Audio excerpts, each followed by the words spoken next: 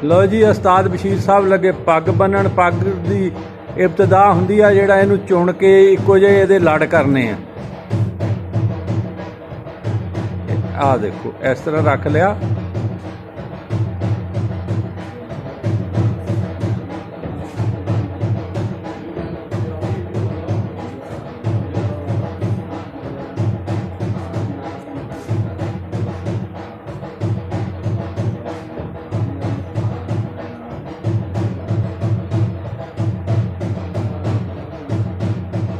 उस्ताद जी पग का किन्ने गज कपड़ा होना चाहिए?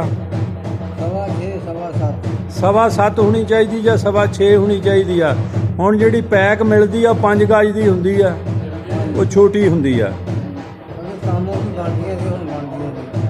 कहंदे हुण बननों ही हट गईयां, एवें ना डिजाइन ना ही करदे पूरा। बज गई जी, वाह जी वाह, बहुत शुक्रिया जी।